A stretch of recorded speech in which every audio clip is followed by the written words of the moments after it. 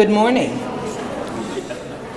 Ohio gozaimasu. My name is Carol Zirkel, and as chair of the Ashikaga Committee of the Sister Cities Association of Springfield and this Gettysburg delegation. Would you please rise for the presentation of the colors?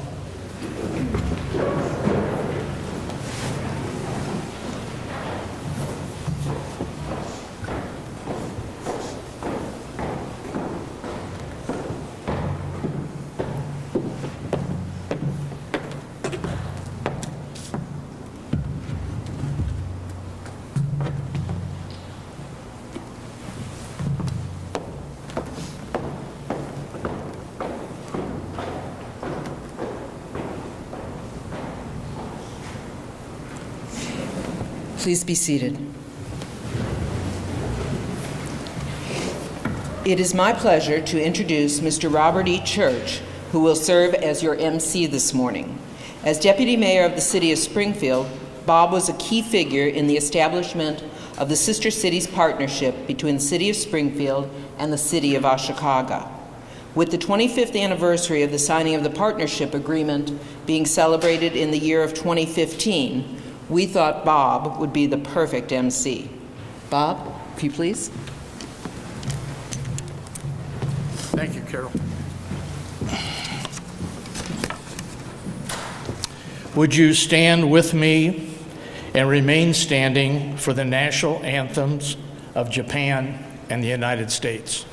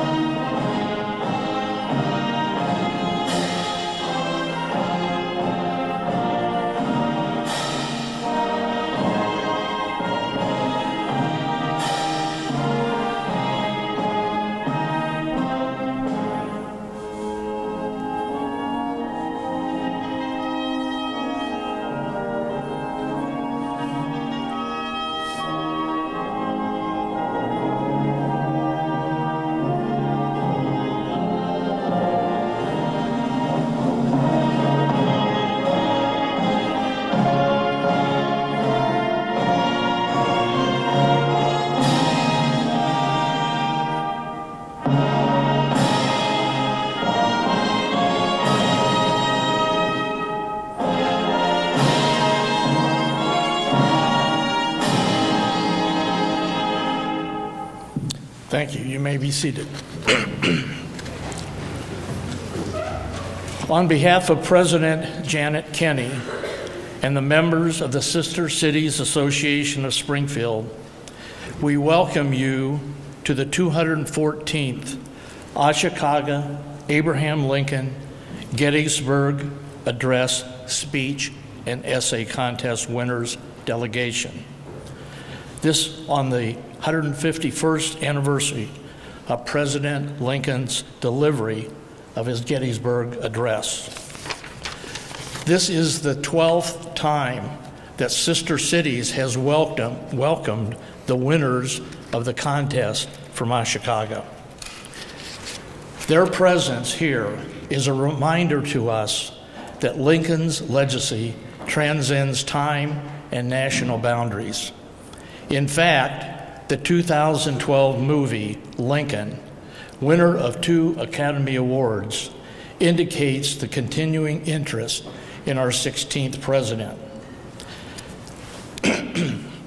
Today's event is made possible by a partnership between the Sister Cities Association of Springfield, the City of Springfield, the Illinois Historic Preservation Agency, and the National Park Service Lincoln Home National Historic Site.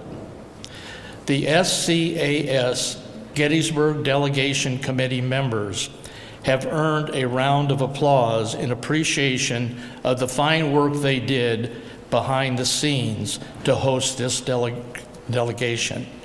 And if you would give it applause.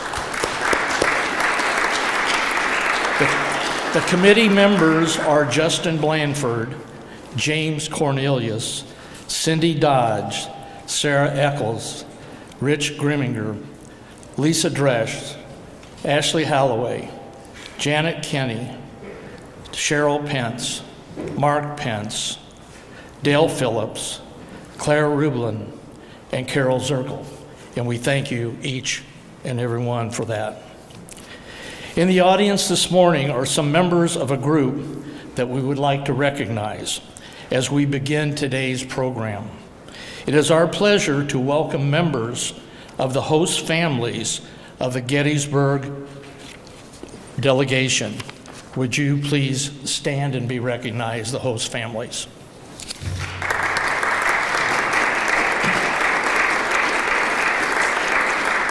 These families have been Springfield's first line of citizen diplomats for this delegation. Thank you. The leader of the 2014 Ashikaga Abraham Lincoln Gettysburg Speech and Essay Contest winners delegation is Ashikaga's International Association Vice President, Shizuko Kobayashi. The leader, Kobayashi, will now come and introduce the members of the delegation.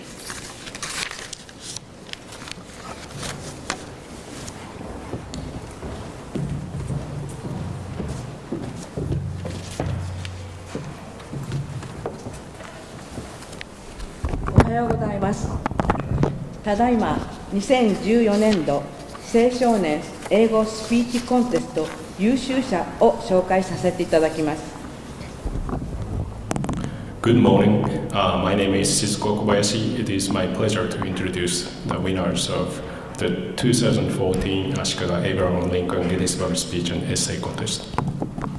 鈴木由奈さんです。清風高校2年生で日系3世の父とブラジル人の母を持つ日本生まれの日系4世です。得意なことは日本の伝統文化である折り紙を折ることで、好きなことは音楽と映画鑑賞です。Yuna Suzuki from Ashikaga Seifu High School. He has a dad who is a third generation overseas Japanese and the mom who is a Brazilian. She likes the art of folding paper, music, movie. 小山田理香さんです。第一中学校の3年生です。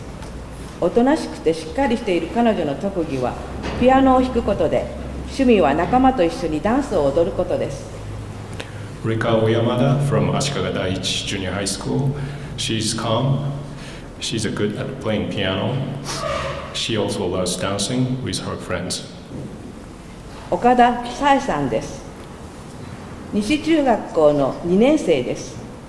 とても活動的な彼女は吹奏楽部でアルトサックスを吹いています。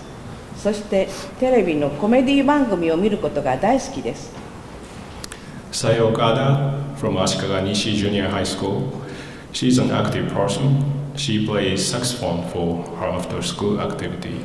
She also likes watching comedy show on TV. 飯塚優馬くんです。愛宕台中学校の3年生です。今回唯一の男性でとてもおとなしくシャイな男の子です。クラブ活動はソフトテニスをやっています。滞在中にスポーツ観戦とお友達とスポーツを楽しむことを願っております。Yuma Izuka from Ashikaga Atagodai Junior High School. He's the only male student this time. He's a shy person. He was looking forward to playing some sport with his American friends during this visit. 本来であれば、大城アンドレアさんも出席する予定でした。大変残念なことですが、ご家族の事情により参加することができませんでした。でも、彼女も今年度の優秀者の一人であることには変わりありません。We were supposed to have one more girl, Andrea Oshiro Chinen, but we are very sorry that she couldn't make it due to her family emergency. However, she's still the one of contest winners this year. Thank you. Thank you so much.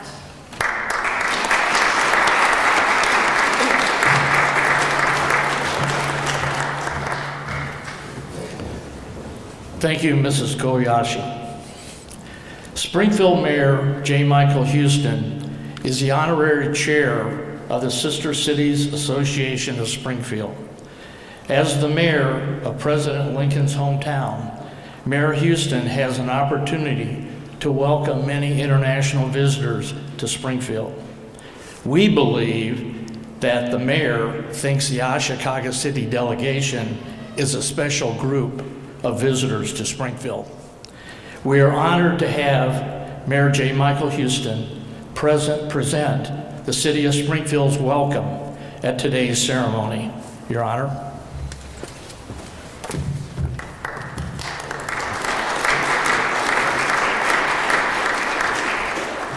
Good morning. Good morning. Before I start, I'd like to take the opportunity to introduce two people that I noticed have come into the chamber. One is our former mayor, Ozzie Langfelder. Mayor Langfelder, it's nice to have you with us this morning.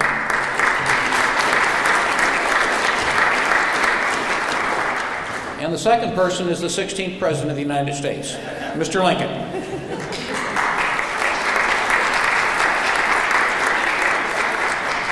We appreciate you joining us this morning. It's a pleasure to be back here again. You know, this morning we meet in an historic chamber on an historic day.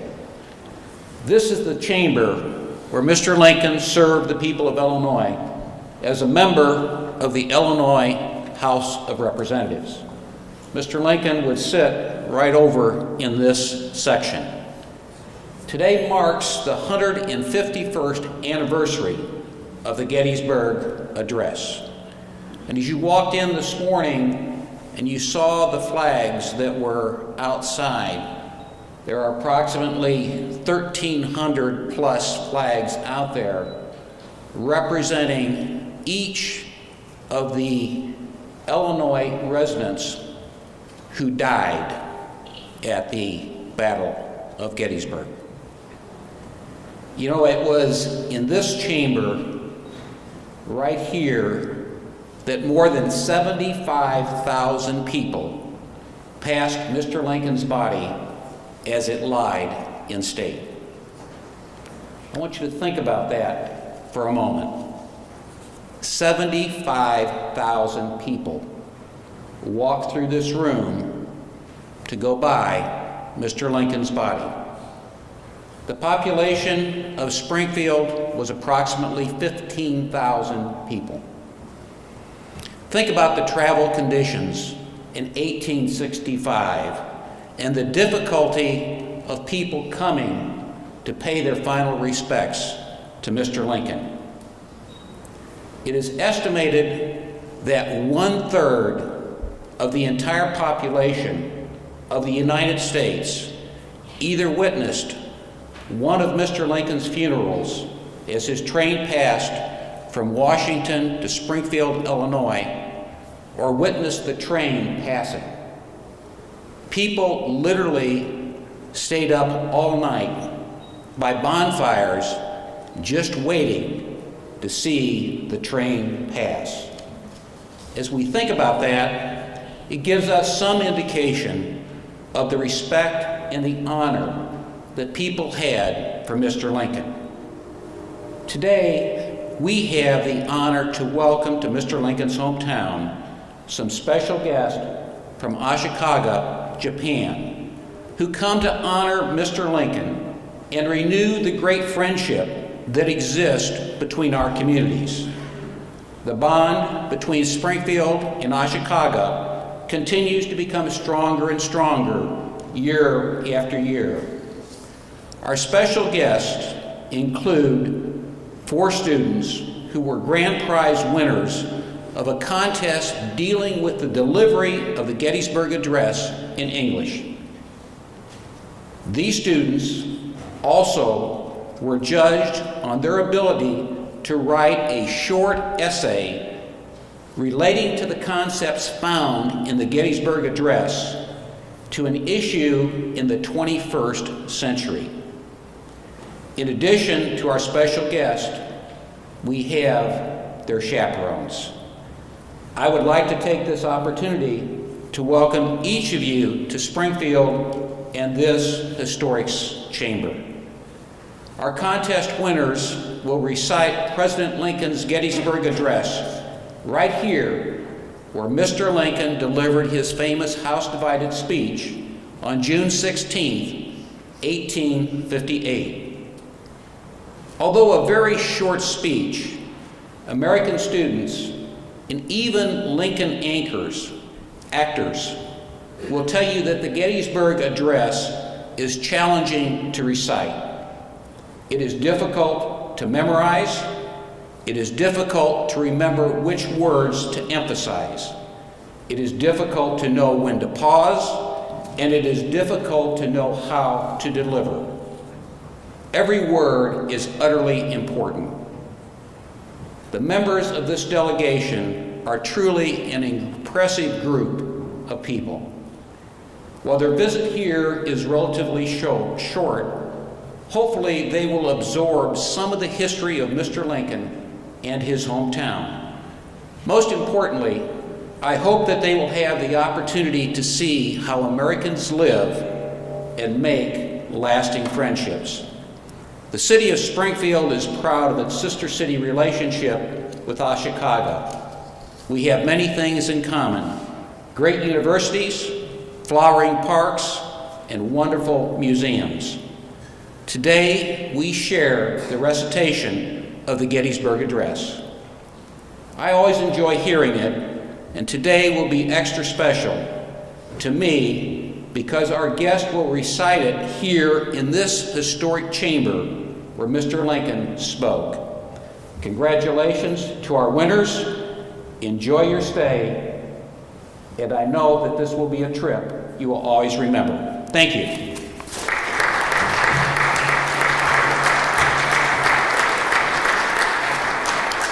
Thank you, Mayor Houston. This building was a special part of Lincoln's life in Springfield, as the mayor pointed out. Here to welcome you this morning is Miss Allison Grady, Illinois Historic Preservation Agency's Historic Site Division Manager. Allie.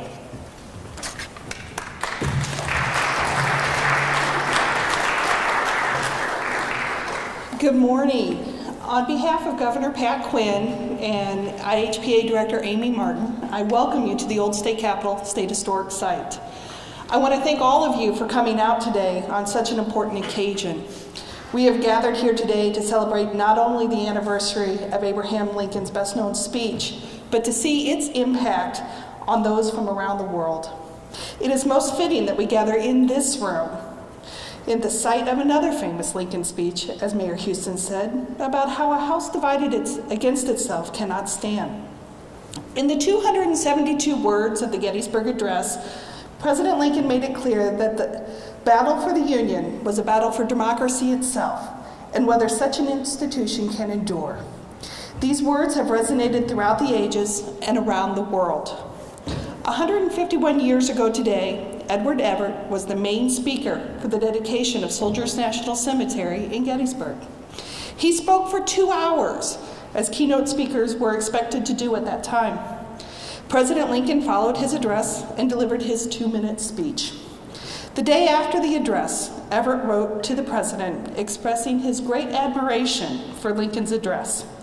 Everett said, "I should be glad if I could flatter myself that I came as near to the central idea of the occasion in 2 hours as you did in 2 minutes."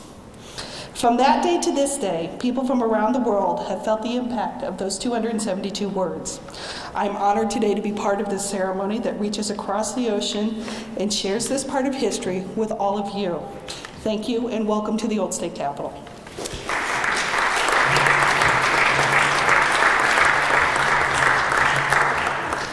Thank you, Allie. It's my pleasure to welcome the leader of this delegation. This year, the mayor of Ashikaga City chose to have an Ashikaga International Association vice president lead the 12th delegation of Ashikaga students. AIA manages the Springfield Sister City Partnership for Ashikaga City, and SCAS is honored to have the AIA vice president, Shizuko Kobayashi, with us on this 151st anniversary. She has a special reason for wanting to be here today, for which I share. Please welcome Ms. Kobayashi.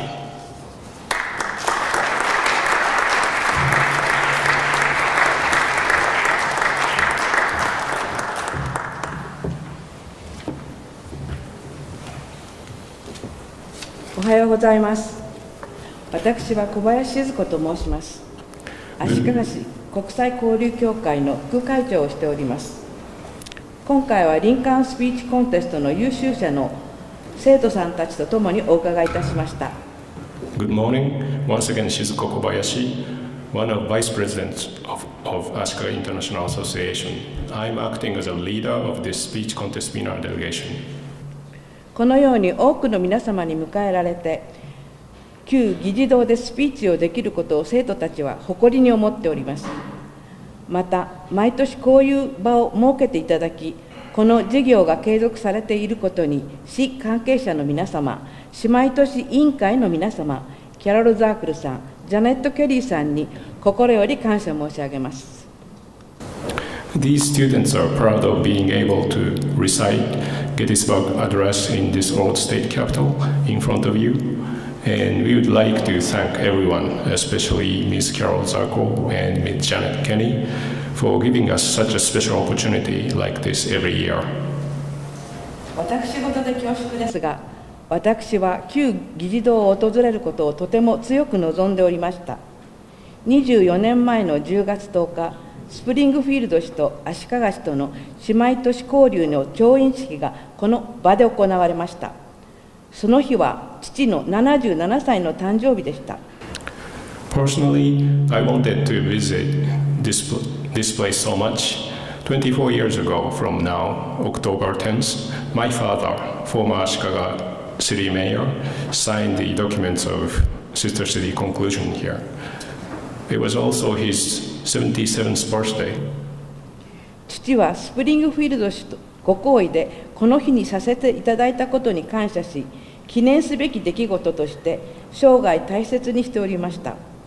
私は4度目の訪問でこの場に臨むことができ、喜びとともに感謝でいっぱいです。ありがとうございます。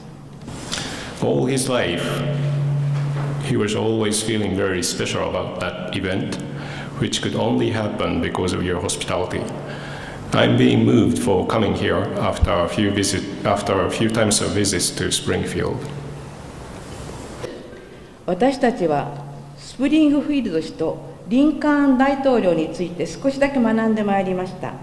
特にスピルバーグ監督の憲法修正13条に絞られた映画リンカーンを拝見し、偉大な大統領の仕事の一端を知ることができました。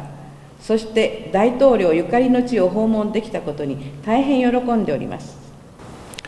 I learned a little about your city and President Lincoln's great work through the movie directed by Steven Spielberg, which focused on the constitutional revision. So I'm also impressed for visiting the place deeply related to him. 偉大なリンカーン大統領がゲティスバーグの封建式でなされた演説を彼らは一生懸命練習してまいりました。温かなお気持ちでお聞きいただければ幸いです。ありがとうございます。The students have practiced the speech presented by President Lincoln at the Gettysburg very hard. Hopefully it goes well with your warm welcome. Thank you very much. Thank you very much.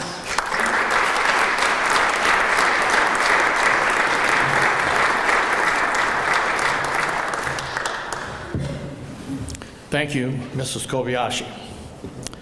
Please welcome Rika O. Yamada of Ashikaga Diashi Junior High School to present a Gettysburg address.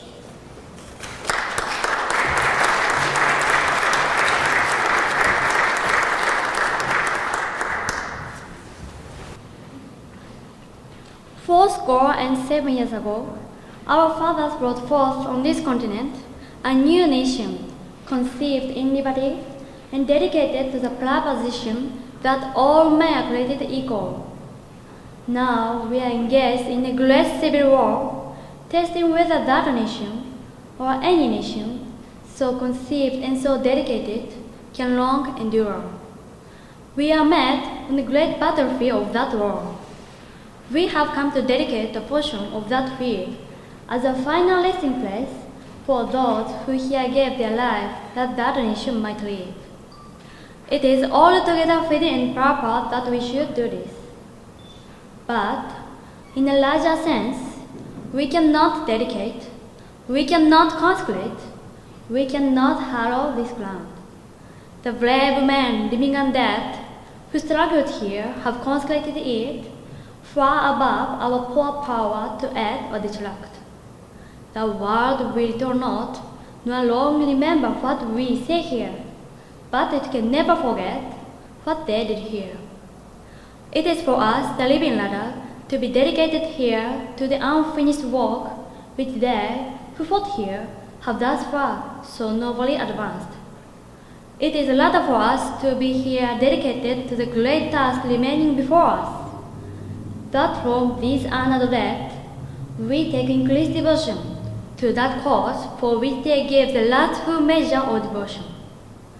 That we here highly resolve that these dead shall not have died in vain, that this nation, under God, shall have a new birth of freedom, and that government of the people, by the people, for the people, shall not perish from the earth.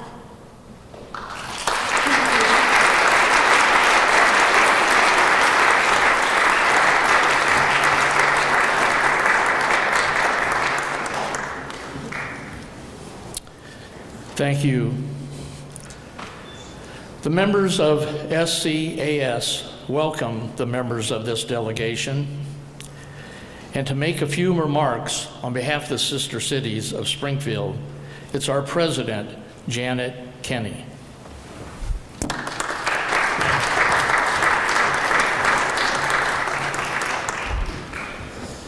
Good morning. Ohio gozaimasu. My name is Janet Kenney. This is my third opportunity as president of the Sister Cities Association of Springfield to greet a Gettysburg delegation. These four students sitting here before us are part of the 12th Ashikaga Gettysburg delegation. Each of them learned the Gettysburg Address in English and competed on several levels to win this trip to present the Gettysburg Address here today in Springfield on the 151st anniversary of the address. They've represented their city well. They've been gracious and outgoing, despite the fact that they must be desperately tired. They've shared their lives with their host families and members of our community. We are enriched by their example. Today, they've come before us to honor our most famous citizen, Abraham Lincoln. Sister Cities is a way for us to practice citizen diplomacy. We are proud of these four Ashikaga citizen diplomats who delivered the Gettysburg Address in the same room where Lincoln delivered his House Divided speech. We wish them success and hope they continue to strive to influence the events of their lives. Thank you. Domo arigato gozaimasu.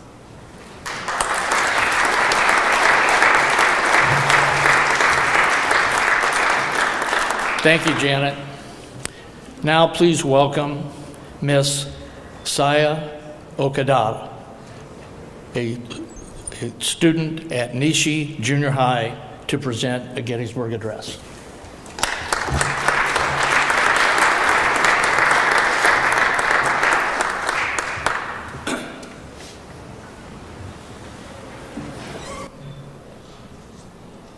Fourscore and 7 years ago, our fathers brought forth on this continent a new nation, conceived in liberty, and dedicated to the proposition that all men are created equal. Now we are engaged in a great civil war, testing whether that nation, or any nation so conceived and so dedicated, can long endure. We are met on a great battlefield of that war.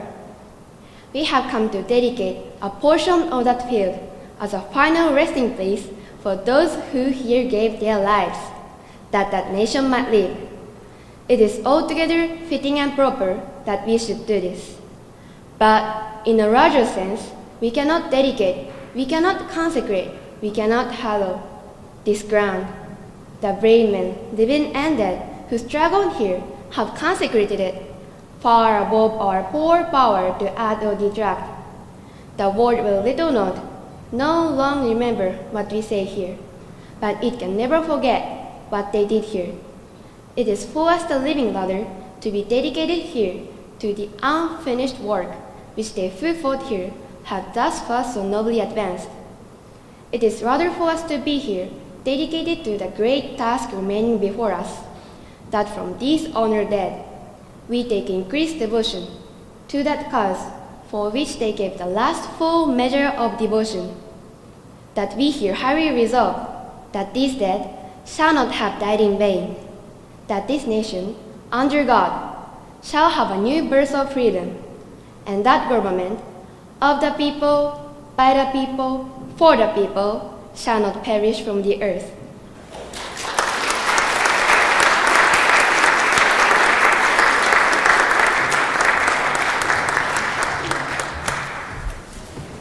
Thank you, Ms. Okada.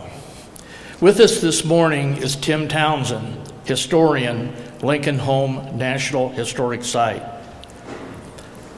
He is here to congratulate the members of the Ashikaga delegation and to tell them about a role that the National Park Service is interpreting Lincoln's life. Mr. Townsend.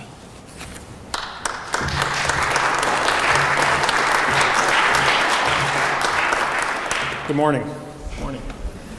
Just a few thoughts on the Gettysburg Address and who Lincoln was talking to, just to throw out some ideas, some suggestions on that. Who was he talking to on that day in November 1863? And we know certainly he was talking to those in attendance, those at least of those many thousands that could hear him, were close enough to hear him. He certainly anticipated the reading audience that would see the speech in the newspapers in the subsequent days and weeks that followed. But who else? Was Lincoln speaking to the world in that speech? Was he also speaking to the future? Was he speaking to us? And what was the message? Maybe the message was the importance and the cost of freedom. At Gettysburg in 1863, Lincoln spoke to the world declaring that our fathers brought forth on this continent a new nation, conceived in liberty and dedicated to the proposition that all are created equal, as we have heard and will continue to hear in these great speeches. He then identified the challenge that the nation was engaged in a great civil war and testing whether a nation so conceived in that freedom and liberty can long endure. And then he concluded with a vision that this nation under God shall have a new birth of freedom, and the government of the people, by the people, for the people shall not perish from the earth. Now, Lincoln's worldview of the national crisis was not a recent revelation that he developed prior to the Gettysburg Address. On July 4th, 1861, after only a few months in office, he warned Congress about the importance of the crisis of a nation at war with itself. And he said, quote, "And this issue embraces more than the fate of these United States. It presents to the whole family of man the question whether government of the people, by the same people," that sounds familiar, right? "Can or cannot maintain its territorial integrity against its own domestic foes. Can this nation stay together?" Lincoln suggested that the American crisis threatened world freedom. Quote, "It presents the question whether discontented individuals, too few in numbers to control administration, without any pretense, break up their government and thus practically put an end to free government upon the earth." In other words, can a group of people who didn't win an election break up the government because they did not win the election? Can democracy survive that?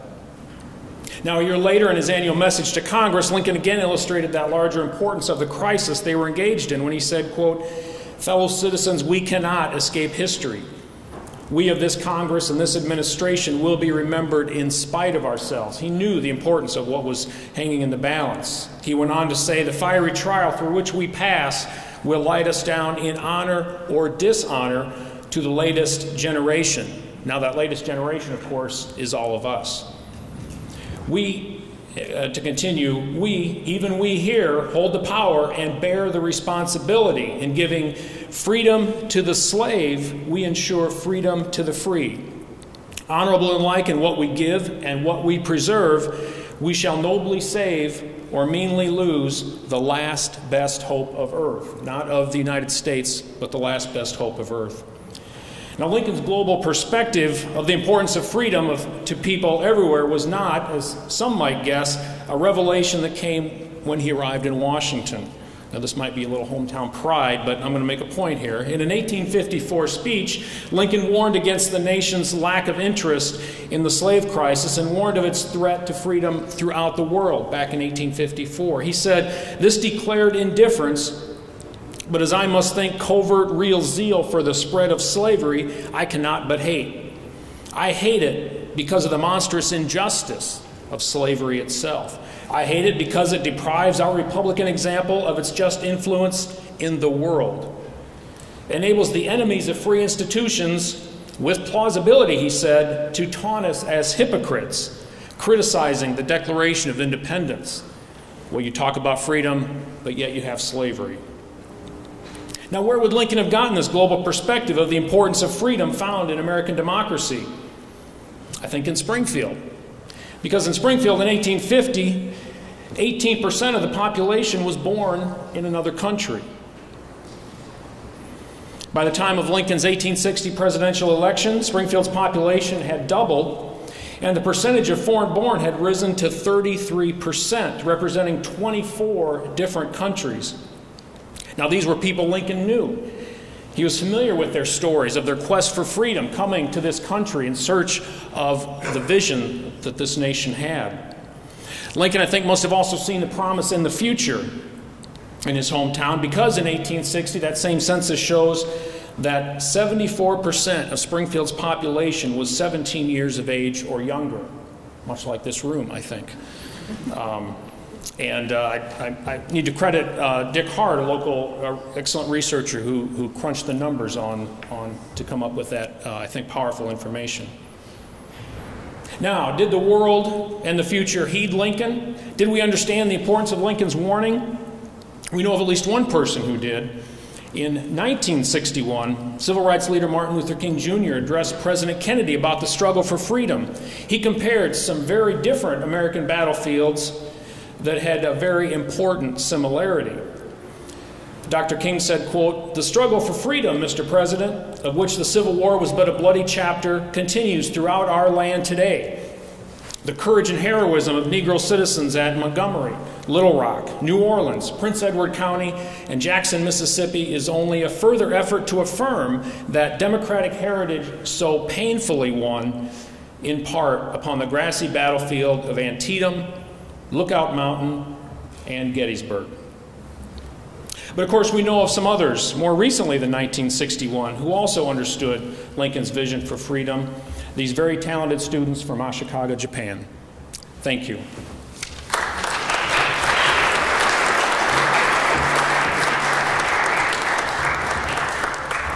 Thank you, Mr. Townsend.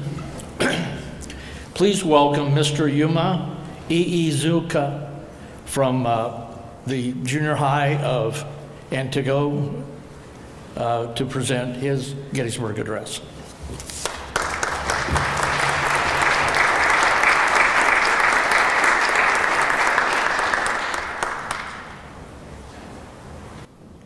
Fourscore and 7 years ago, our fathers brought forth on this continent a new nation, conceived in liberty and dedicated to the proposition that all men are created equal. Now, we are engaged in a great civil war, testing whether that nation, or any nation so conceived and so dedicated, can long endure. We are met on the great battlefield of that war. We have come to dedicate a portion of that field as a final resting place for those who gave their lives that that nation might live. It is altogether fitting and proper that we should do this. But in a larger sense, we cannot dedicate, we cannot consecrate, we cannot hallow this ground. The brave men, living and dead, who struggled here, have consecrated it far above our poor power to add or detract. The world will little note, no longer remember what we say here, but it can never forget what they did here. It is for us, the living brother, to be dedicated here to the unfinished work which they who fought here have thus far so nobly advanced. It is rather for us to be here, dedicated to the great task remaining before us, that from these honored dead, we take increased devotion to that cause for which they gave the lustful measure of devotion. Though we here highly resolve that this death shall not have died in vain, that this nation, under God, shall have a new birth of freedom, and that government of the people, by the people, for the people, shall not perish from the earth.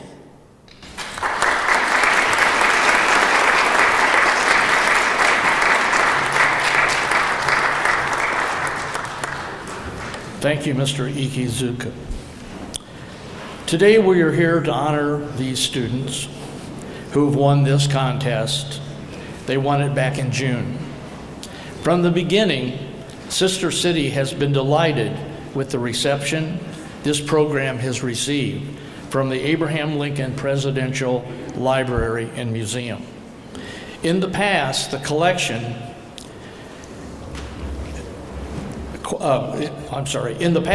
Lincoln Collection curator, Dr. James Cornelius, has approached us about the possibility of having some of the Sister City guests assist the Presidential Library in identifying several Japanese books donated to the library. The Japanese citizens, including the Japanese Consul General at Chicago and his wife, were able to translate some old Japanese language texts for the library purposes. Today, Dr. Cornelius joins us with remarks for the student members of the delegation.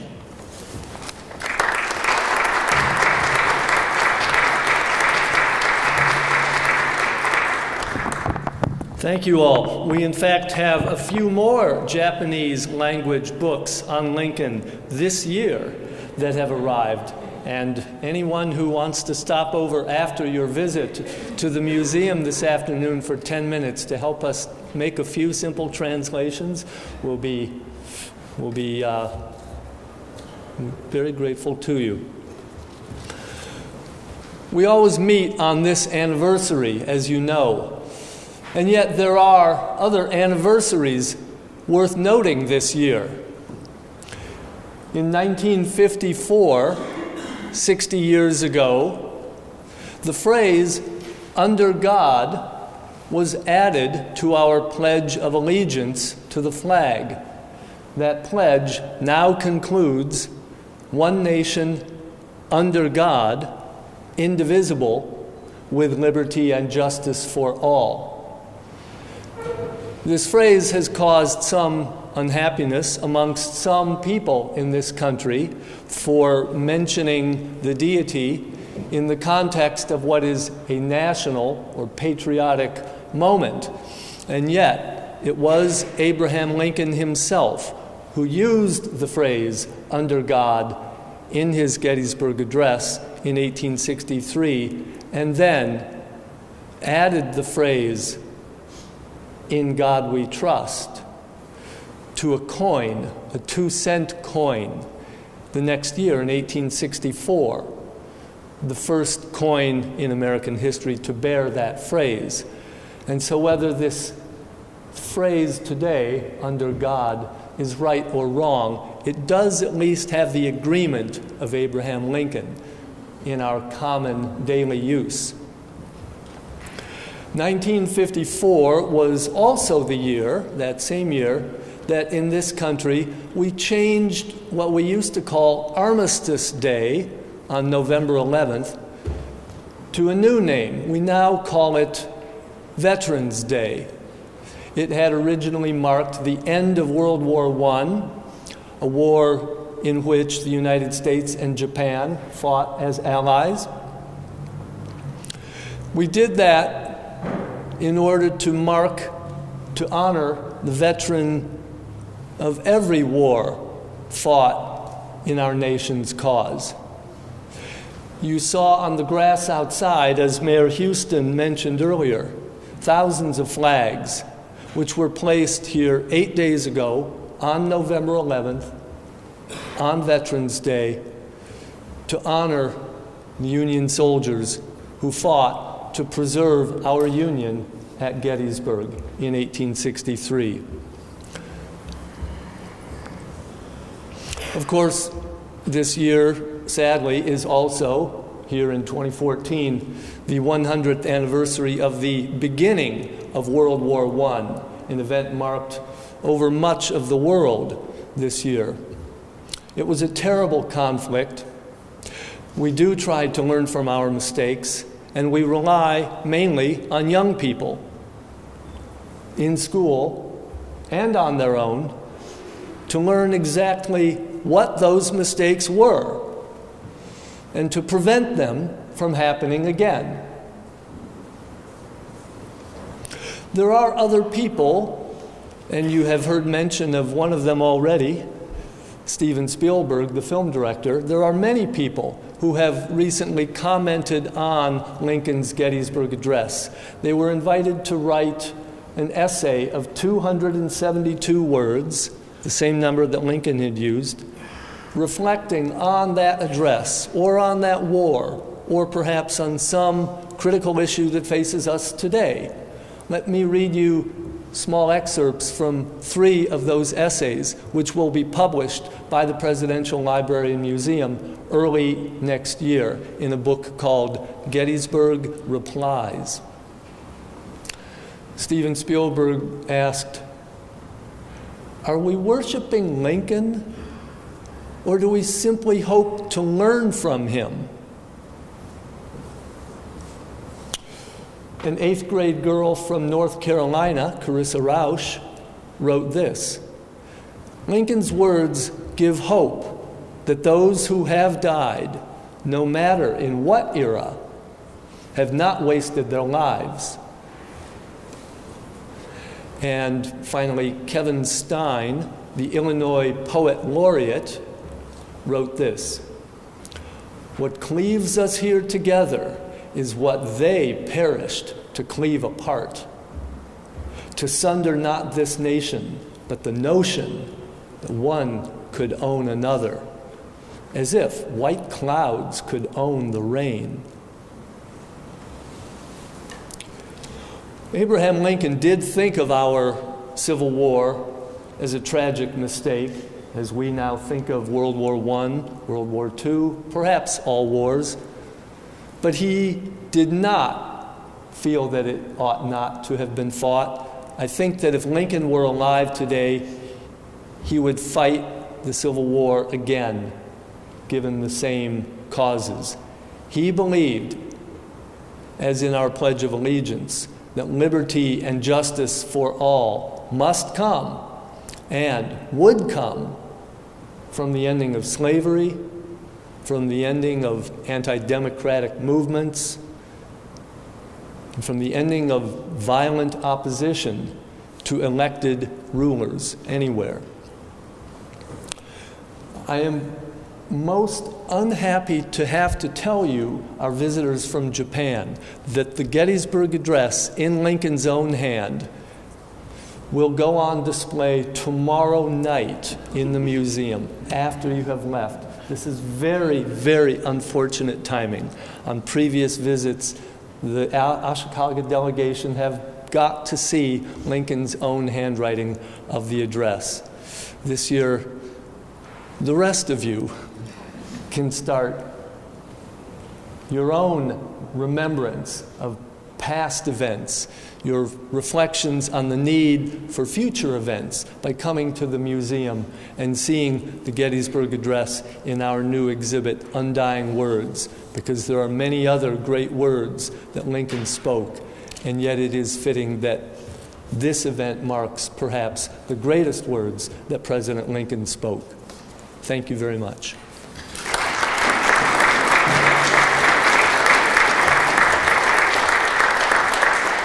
Thank you, Doctor. Now please welcome Demetria Yuma Suzuki, a student at Safui High School, to present her Gettysburg Address.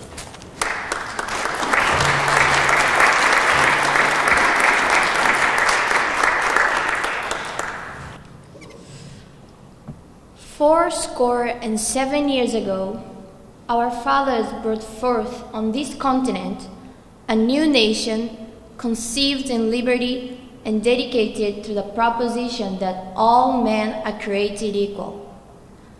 Now we are engaged in a great civil war, testing whether that nation or any nation so conceived and so dedicated can long endure. We are met on a great battlefield of that war.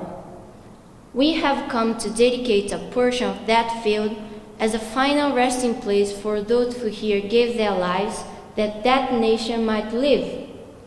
It is altogether fitting and proper that we should do this. But in a larger sense, we cannot dedicate, we cannot consecrate, we cannot hallow this ground. The brave men, living and dead, who struggled here, have consecrated it far above our poor power to add or detract.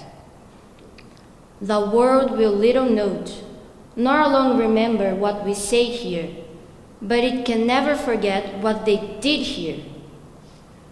It is for us the living, rather, to be dedicated here to the unfinished work which they who fought here have thus far so nobly advanced. It is rather for us to be here dedicated to the great task remaining before us, that from these honored dead we take increased devotion to that cause for which they gave the last full measure of devotion, that we here highly resolve that these dead shall not have died in vain, that this nation, under God, shall have a new birth of freedom, and that government of the people, by the people, for the people, shall not perish from the earth.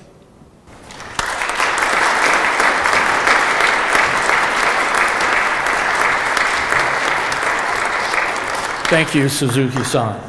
Would you please stand? I want you all to join me in recognizing accomplishments of these Ashikaga students.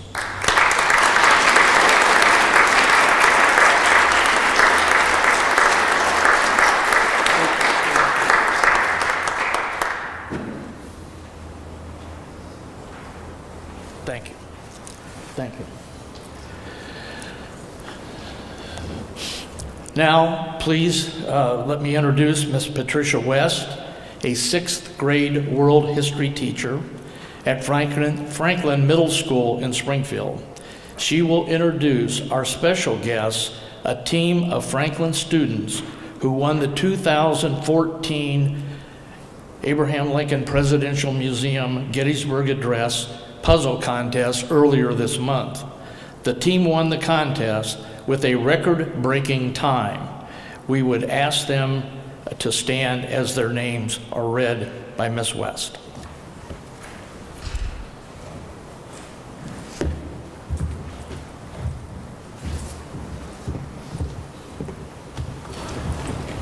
I want to thank Ms. Zirkle and the Sister Cities Association for allowing us to participate in this program. We are very honored to be here today. I would like to ask the 8th grade team to first please stand. Okay. If you please face the audience and introduce yourself.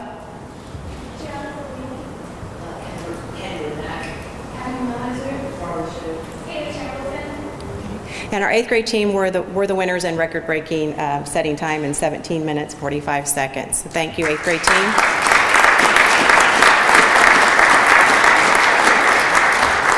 Could I ask our 7th grade team to please stand? And please introduce yourselves.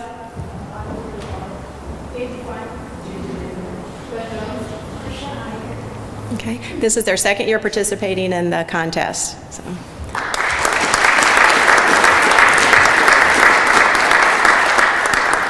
And our 6th grade team, please stand.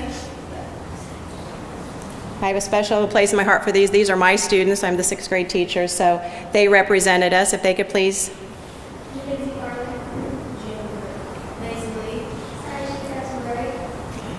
And this was their first year at the contest, but they did place first in the 6th grade division. So, thank you.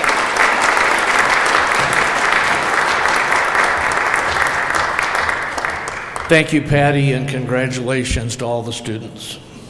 This concludes today's program to commemorate the 151st anniversary of the Gettysburg Address. It is our hope that this presentation has refreshed your vision of America's future. And to the creators of Abraham Lincoln Presidential Museum Hope, that it will allow you to see the future through the Lincoln eyes. Thank you. Please join the members of the Gettysburg delegation for refreshments after the official photographs are taken. And thank you for being here and being with us today and help us celebrate. Thank you.